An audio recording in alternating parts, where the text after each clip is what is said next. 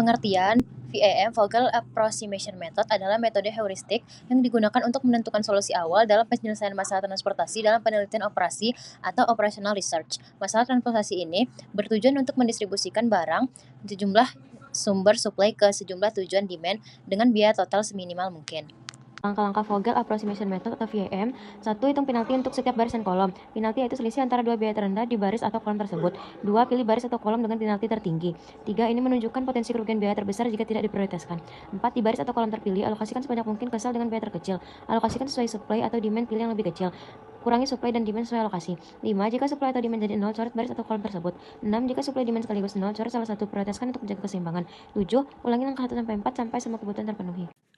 Contoh soal, dari garis miring ke pabrik W.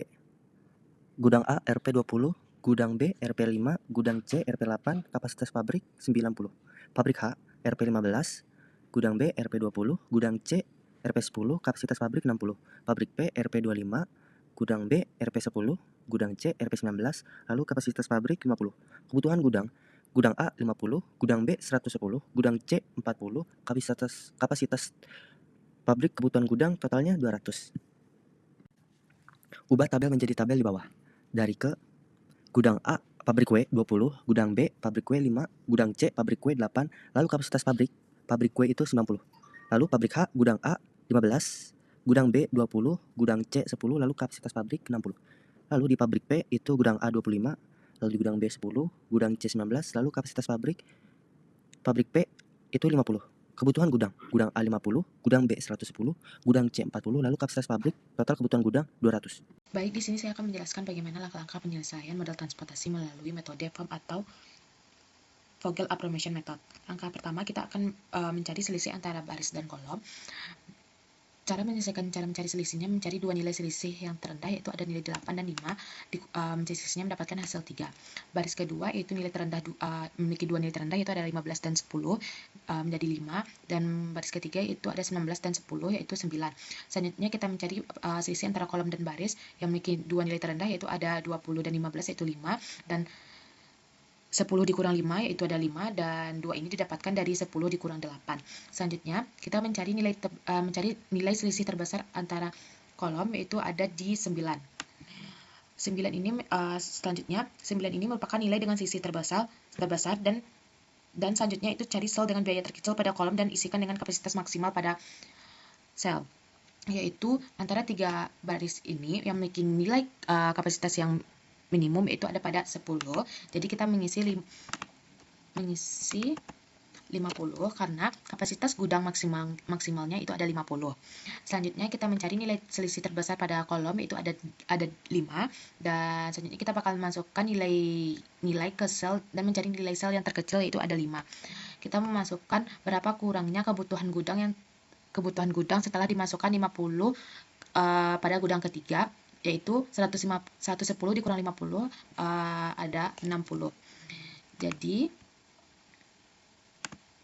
ini kita isi X karena telah mencukupi kebutuhan gudang.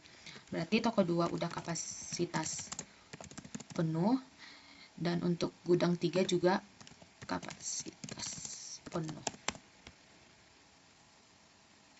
Langkah kedua, setelah kita telah mendapatkan hasil maksimal pada gudang ketiga dan toko kedua, yaitu 60 ditambah 50, 150. Jadi kapasitas untuk toko 2 dan kebutuhan gudangnya telah penuh atau kapasitas telah terpenuhi. Dan pada gudang ketiga dan toko kedua juga telah terpenuhi, itu kapasitas penuh ya, dengan kapasitas gudang dimana 50.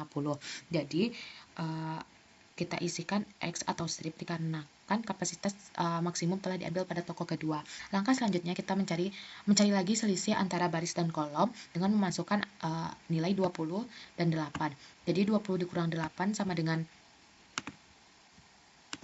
12, dan 15 dikurang 10 sama dengan 5. Dan selisih antara kolom dan baris juga kita cari, yaitu 20 dikurang 15 yaitu 5, dan 10 dikurang 8 sama dengan 2. Langkah selanjutnya masih sama dengan langkah sebelumnya. Kita mencari nilai selisih tertinggi, yaitu diraih oleh nilai 12. Cari nilai biaya terkecil pada sel dan isikan dengan kapasitas maksimal. Kita mengambil nilai selisih terbesar dengan mengambil nilai selnya tertinggi, yaitu ada pada nilai 8. Yang dimana pada toko 2 telah mengambil kapasitas gudang 60, jadi kapasitas gudang maksimal adalah 90. Jadi 90 dikurang 60, yaitu toko 3 mendapatkan kapasitas yaitu 30. Dan selanjutnya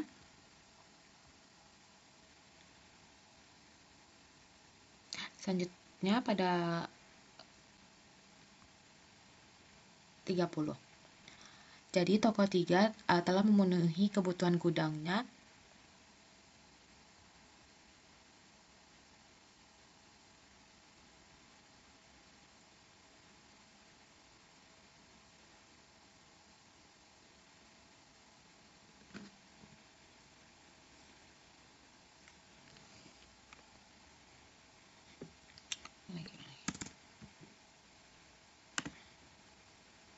Selanjutnya masih sama dengan langkah sebelumnya, kita bakalan mencari selisih lagi antara baris dan kolom karena kita telah mendapatkan nilai atau hasil maksimal yaitu 60 dan 50 dengan kebutuhan gudang telah memenuhi kapasitas yaitu 110, dan pada gudang ketiga telah memenuhi kapasitas gudangnya juga yaitu 50.